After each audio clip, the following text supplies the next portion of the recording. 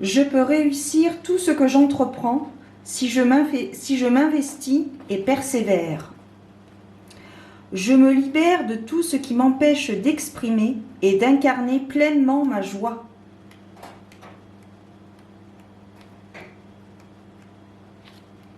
Plus je m'aime, je m'honore et je m'accepte. Plus il m'est facile d'aimer, d'honorer et d'accepter autrui. Je pose et fais respecter avec aisance des barrières qui honorent et soutiennent mes valeurs fondamentales.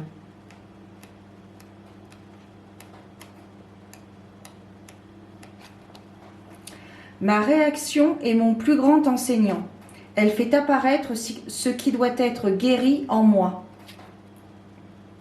Je reste maître de mon comportement en choisissant d'agir consciemment.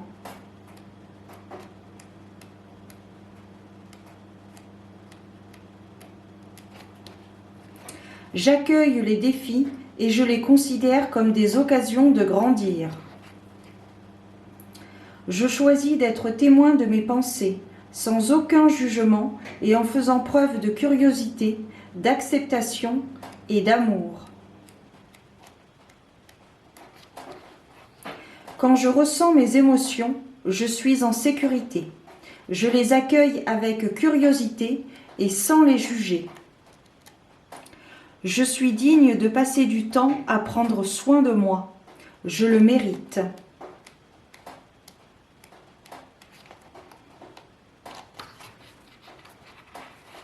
Je me sens en sécurité quand je me montre sous mon vrai jour. Je considère le rejet comme une opportunité de me réorienter et de m'aligner, car je sais que ce qui m'est destiné m'arrivera forcément.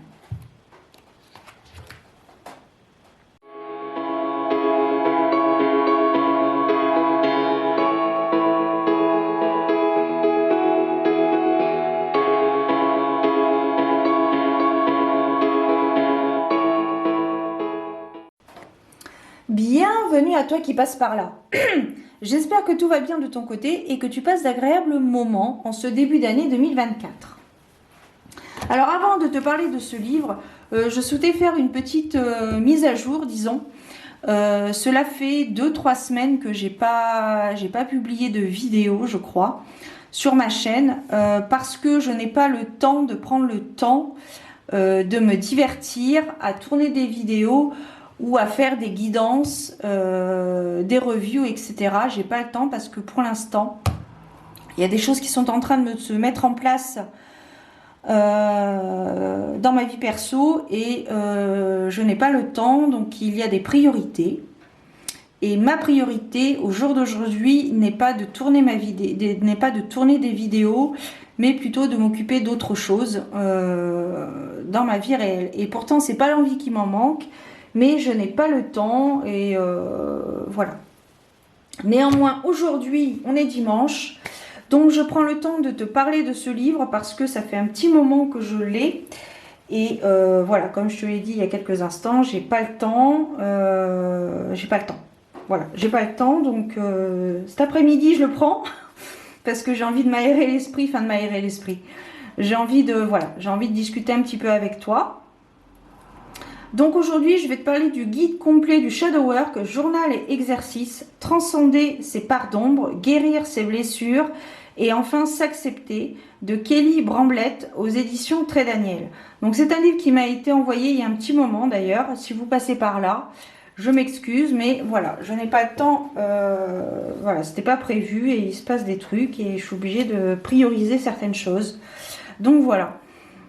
Donc c'est un livre qui m'a été envoyé il y a quelques temps, donc gratuitement des éditions Très Daniel, où je ne suis pas obligée de faire la promotion, mais je la fais parce que je trouve que c'est un livre très intéressant qui m'aide, qui m'accompagne et qui, je pense, pourrait éventuellement, suivant tes besoins, t'accompagner sur ton parcours de vie. Donc travailler le shadow work, il faut savoir que c'est pas du tout une obligation. Il y a des gens qui vivent toute leur vie sans avoir travaillé leur shadow work et ils sont très heureux comme ça.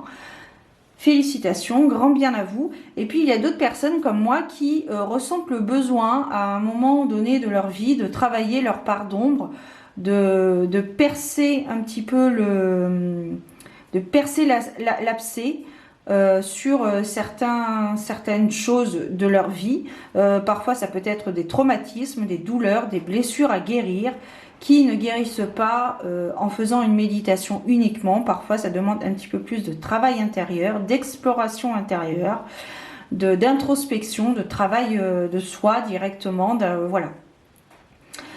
Donc, lorsque j'ai eu l'opportunité de recevoir ce livre, j'ai été absolument ravie et il est arrivé à point nommé. Donc, c'est un livre très intéressant. Je t'ai lu en introduction avec un petit peu d'ASMR puisque je cherchais au fur et à mesure dans les pages les petites phrases qu'il y a avant les chapitres, des petites phrases ici et là. Et bien sûr, je ne vais pas les retrouver parce que quand je les cherche, voilà. Voilà, donc vous avez pu les entendre en introduction de la vidéo pour vous mettre, pas vous mettre en appétit, mais voilà, je trouve que ce sont des phrases très intéressantes qui peuvent résonner et il ne faut pas hésiter à les répéter à voix haute parce que voilà, c'est un peu comme le pouvoir des pierres, et bien c'est le pouvoir des paroles, le pouvoir des mots M-O-T-S qui peuvent calmer ou atténuer tout du moins les mots M-A-U-X. Donc, nous sommes sur un livre, donc le chapitre est ici. Alors, elle nous parle aussi, alors c'est un livre qui est divisé en deux parties. Je m'excuse, je bafouille un petit peu parce que j'ai plus trop l'habitude de tourner de vidéos.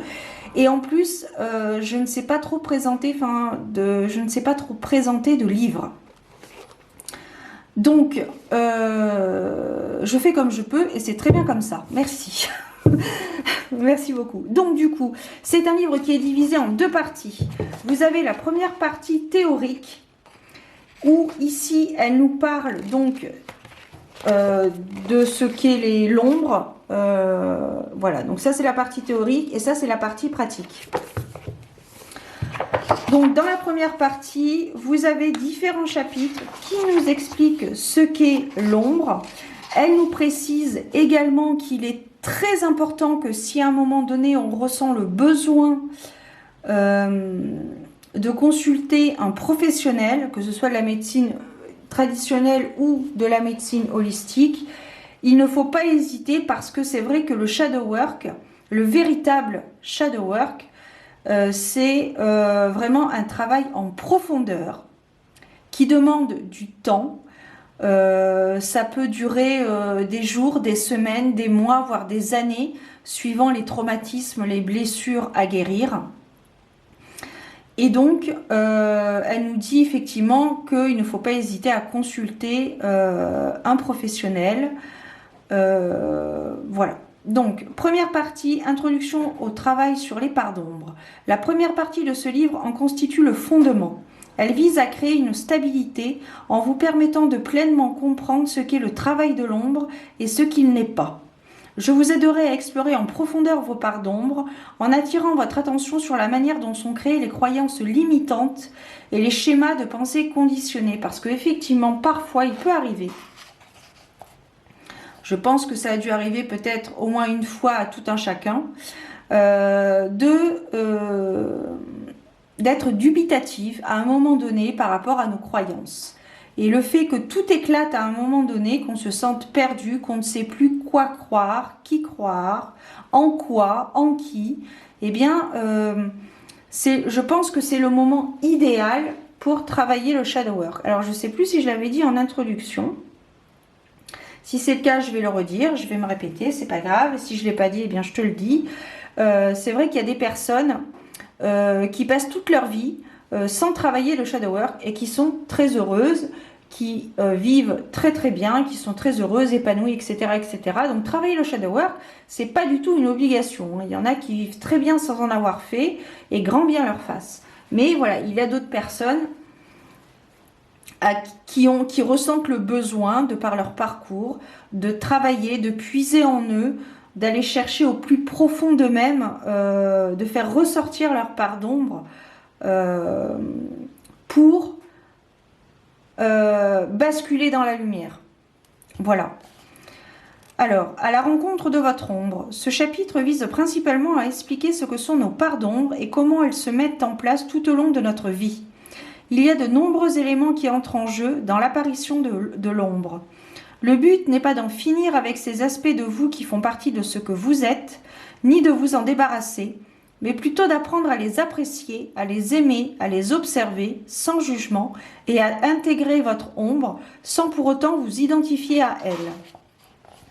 Ensuite, on a différents chapitres, donc notamment la définition de qu'est-ce que l'ombre, comment l'ombre apparaît-elle, faire face au schéma de pensée conditionné. Vous avez différents paragraphes qui ne sont pas très longs, hein, je ne sais pas, voilà, comme ça ce sera mieux. Enfance et vie de famille, expériences et souvenirs traumatisants, les expériences perçues comme honteuses. Pourquoi il est crucial d'avoir un esprit ouvert, le risque de refouler son ombre, garder une trace d'évolution, ou là, je ne sais pas si c'est dans ce chapitre ou dans un autre, mais elle nous suggère d'utiliser un carnet de bord, un cahier. Mais sachez que dans la pratique, vous avez quand même des espaces blancs et des lignes pour écrire directement dans le ligne, si jamais vous n'avez pas de carnet, hein, c'est possible. Donc moi pour le coup j'utilise un carnet parce que il y a quelques mois je me suis remise au journaling, donc j'ai différents carnets thématiques, donc je te ferai d'ailleurs une vidéo je pense plus tard dans l'année.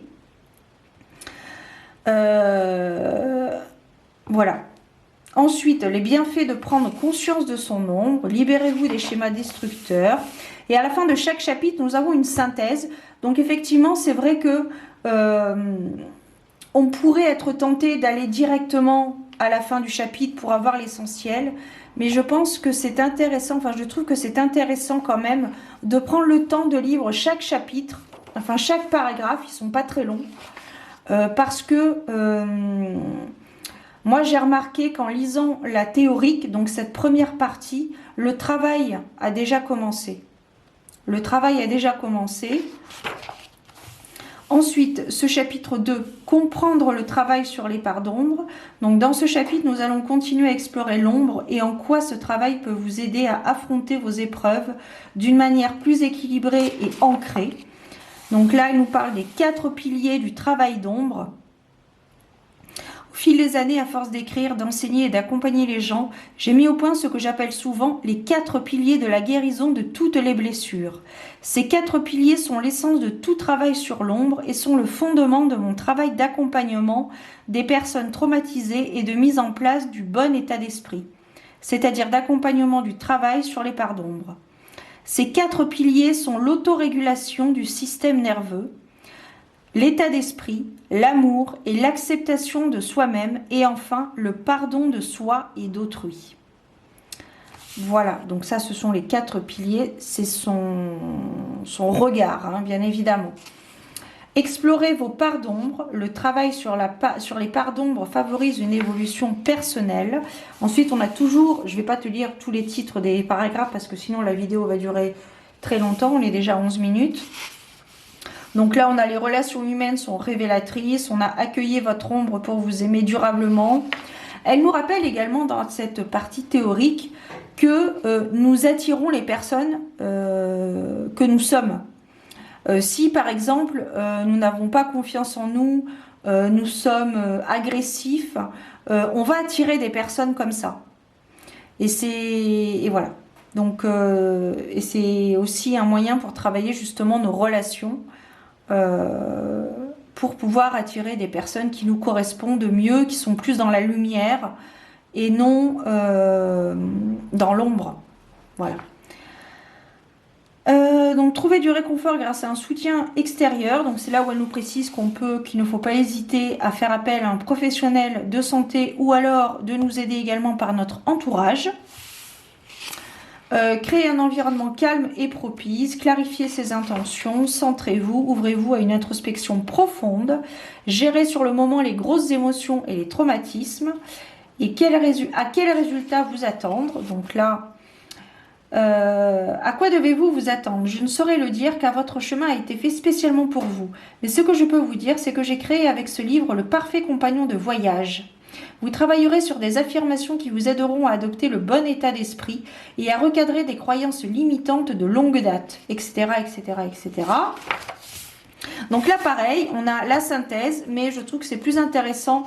Ça prend un petit peu plus de temps, effectivement. Là, on va mettre 5 minutes à lire le chapitre. Et là, vous allez peut-être mettre 3 heures à lire les paragraphes. Mais je trouve que c'est intéressant parce que, comme je te disais tout à l'heure, le fait d'avoir lu cette première partie en théorie, j'ai déjà commencé à travailler. J'ai déjà commencé le travail de mes parts d'ombre. Et ce livre est arrivé à point nommé. Et ensuite, on a la partie 2. Donc, le travail sur les parts d'ombre en pratique. Il est maintenant temps de mettre en pratique ce que vous avez appris. Pour ce faire, je vais vous aider en remplissant votre boîte à outils à ras-bord. Chaque chapitre de cette seconde partie aborde un thème spécifique du travail sur les parts d'ombre. Vous y trouverez des affirmations, des exercices, des pratiques et des thématiques à explorer dans votre journal pour vous aider à mieux vous comprendre. Avant de commencer, prenez quelques instants pour vous féliciter de l'engagement dont vous faites preuve en vous investissant dans ce travail profond, etc., etc., etc. Donc, premier chapitre, enfin chapitre 3, mais partie 2 de la pratique, donc. Accueillez votre ombre avec honnêteté et vulnérabilité. Donc, c'est vrai que c'est important d'être authentique, d'être soi-même. Même si ça ne plaît pas à tout le monde, eh bien, soit. Au moins, nous sommes alignés à nous-mêmes et c'est très bien comme ça. Parce que c'est vrai que j'ai remarqué que beaucoup de personnes portent un masque. Ça me rappelle d'ailleurs un épisode de la série Desperate Housewives. Mais bon, bref, ça n'a rien à voir. Voilà. Et je trouve que le fait de porter un masque, c'est pas... Je trouve que c'est contre-productif par rapport à notre parcours. Après, ça reste mon avis absolument personnel. Je n'ai pas lu tous les exercices pratiques de ce livre parce que je commence tout juste à entamer la pratique. Là, j'ai fini de lire la théorie et donc là, j'entame la pratique. Mais voilà, de mon point de vue strictement personnel, je trouve qu'en portant un masque, en n'étant pas nous-mêmes, c'est pas, comment dirais-je, c'est pas aidant pour notre parcours. On peut s'adapter, mais le cœur doit toujours être là. Notre essence doit toujours être présente. Mais c'est un travail de tous les jours.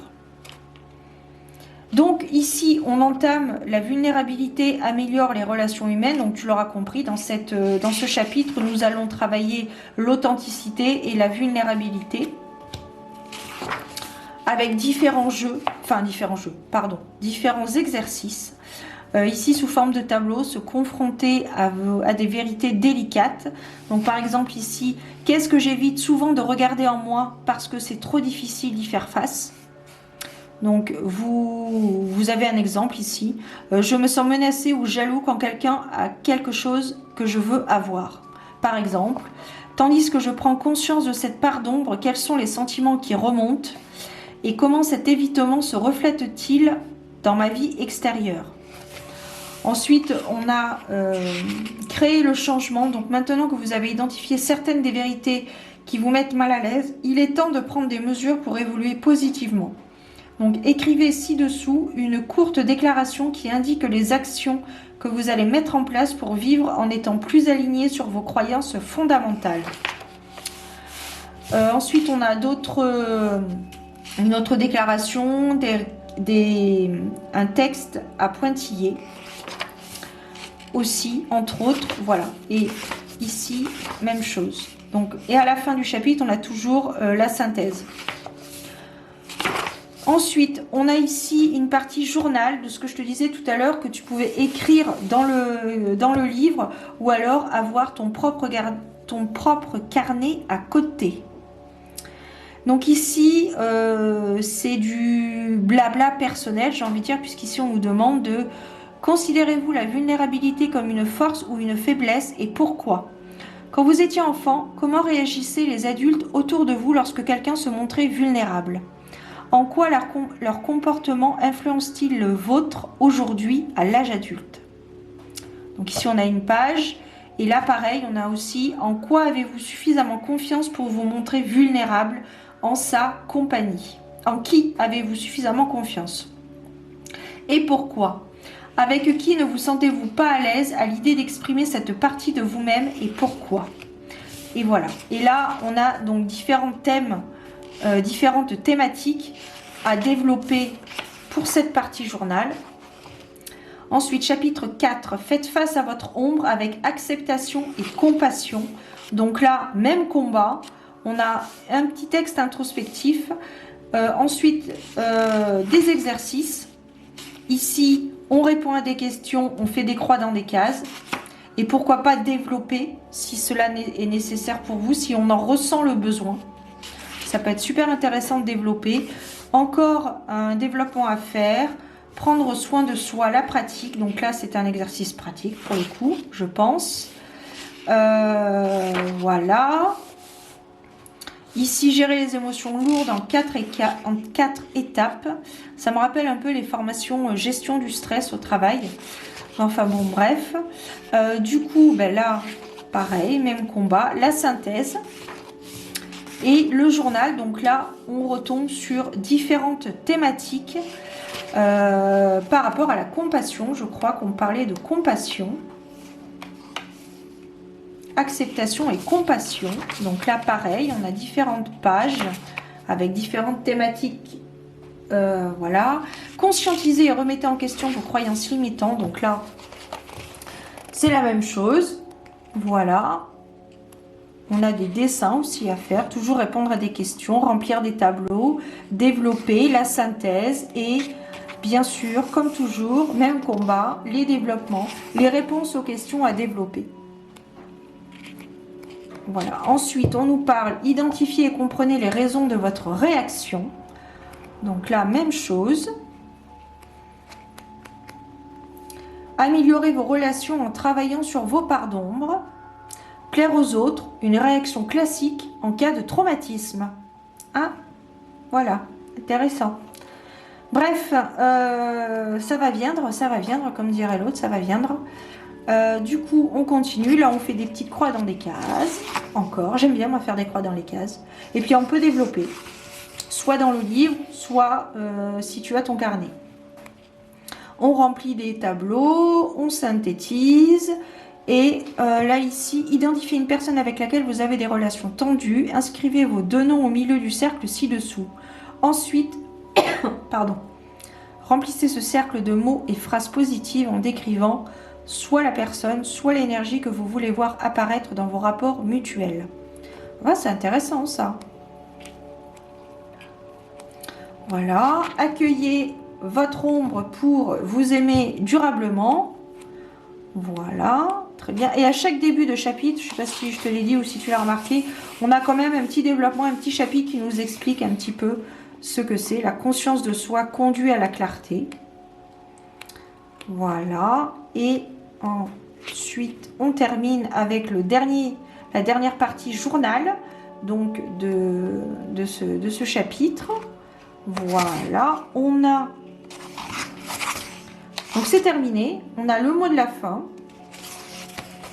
Les ressources, les références, un index et à propos de l'auteur, Kelly Bramblett est coach de vie certifié, spécialiste des traumatismes en milieu clinique, praticienne de la loi d'attraction et en EFT et maître Reiki, Isui, niveau 3. Elle s'est spécialisée dans l'accompagnement des traumatismes et le coaching de l'état d'esprit. Par ailleurs, elle est l'auteur d'un blog spirituel hebdomadaire et elle présente un podcast, High Vibe, que l'on peut écouter sur toutes les grandes plateformes de streaming. De toute façon, la mission de Kelly est de répandre un message d'espoir et de donner envie à autrui de guérir le collectif en commençant par se guérir soi-même. Voilà. Bon, de toute façon, je te mettrai en barre d'informations, si ça t'intéresse, tous les liens de cette personne, de cet auteur. Voilà. Bon, on est à 22 minutes, c'est parfaitement pas parfait, mais c'est pas grave, peu importe. Je pense que j'aurais eu d'autres choses à te dire, mais il a fallu que je synthétise un petit peu. N'hésite pas à me faire part en commentaire ce que tu as pensé de ce livre, de ce travail, de cette thématique pour régler des problématiques. Voilà. Je te souhaite une bonne fin de journée, un bon dimanche, bonne soirée, bonne journée, bonne nuit, suivant quand est-ce que tu regardes cette vidéo. Prends soin de toi, garde la foi, repose-toi et puis prie.